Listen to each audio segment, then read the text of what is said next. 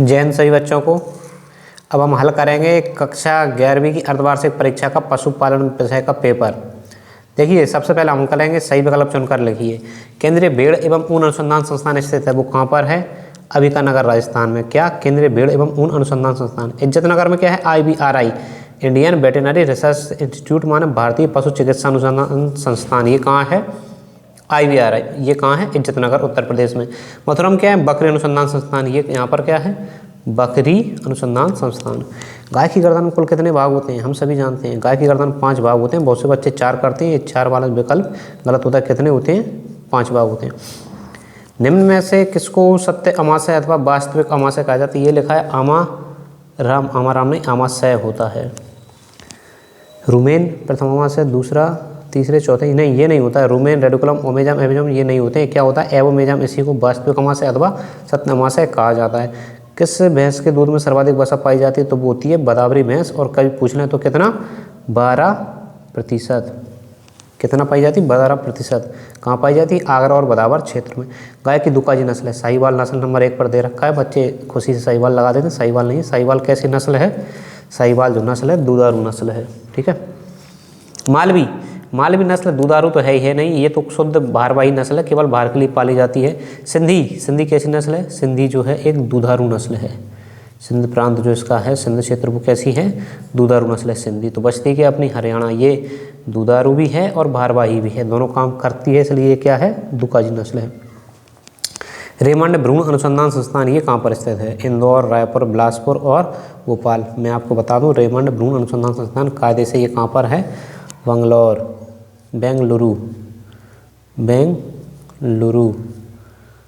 ये कहाँ है? बेंगलुरु में। तो इस हिसाब से आपके चारों विकल्प इसमें से नहीं है। सही विकल्प क्या होना चाहिए इसका? बेंगलुरु। कभी खाली स्थान में आए तो क्या लिखेंगे आप? रेमंड भ्रूण अनुसंधान संस्थान बेंगलुरु। दूध उतारने के लिए उत्तरदायी हार्मोन क्या है? या ग्वालिक किस हार्मोन का प्रयोग करते हैं? तो वो होता है ऑक्सीटोसिन। दूध उतारने के लिए ग्वालिक किस हार्मोन का प्रयोग करते हैं? ऑक्सीटोसिन का। ऑक्सीटोसिन, जबकि ये पशुओं के लिए हानिकारक होता है, इसका प्रयोग नहीं करना चाहिए, लेकिन लोग आग लालच में करते हैं। नकली दूध भी बनाते हैं, नकली घी बनाते हैं, नकली मावा बनाते हैं, इसका प्रयोग भी करते हैं लालच। बनावटी गाय का उपयोग किया जाता है सांड से वीर्य प्राप्त करने के लिए किया जाता है। ठीक है। सींग रोधन की रासायनिक विधि में कास्टेक छड़ का प्रयोग किया जाता है। कैसी छड़? कास्टेक छड़ का प्रयोग किया जाता है। दूध उत्पादन को किस क्रांति के नाम से जाना? दूध उत्पादन को श्वेत क्रांति के नाम से जाना जाता है। या फिर कभी पूछ ले कि श्वेत क्रांति संबंधित है, तो किससे संबंधित है? दूध उत्पादन से संबंधित है। श्वेत क्रांति के जनक कौन है? डॉक्टर वर्गीस कुरियन। बहुत ही कर्मठ व्यक्ति थे जिन्होंने दूध उत्पादन को, प्रति व्यक्ति दूध की उपलब्धता बहुत ज़्यादा बढ़ा दी।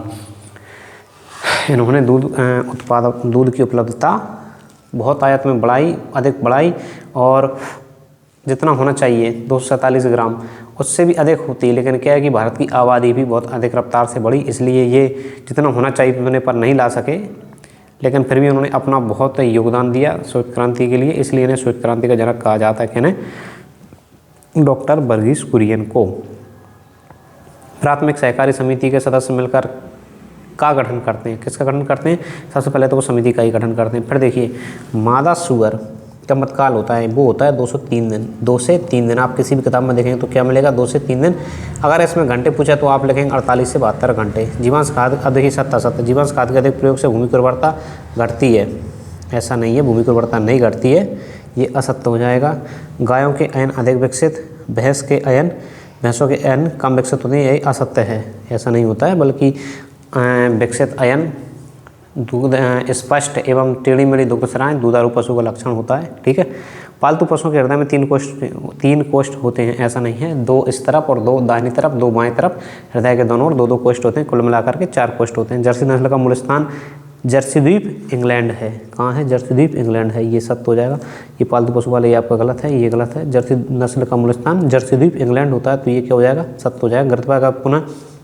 गर्भित गाय पुनः ऋतुमयी नहीं होती है, ये सत्य है, क्योंकि गर्भवती गाय का एक लक्षण होता है, हम पढ़ते हैं कि गर्भवती गाय का एक लक्षण उसमें क्या आता है कि गर्भवती गाय पुनः ऋतुमयी नहीं होती है, माने पुनः मध्यकाल में नहीं आती है। भारत में भ्रूण प्रत्यारोपण सर्वप्रथम 1986 में किया गया, यह सत्य, सबसे पहले किया गया था 1930 में। ठीक।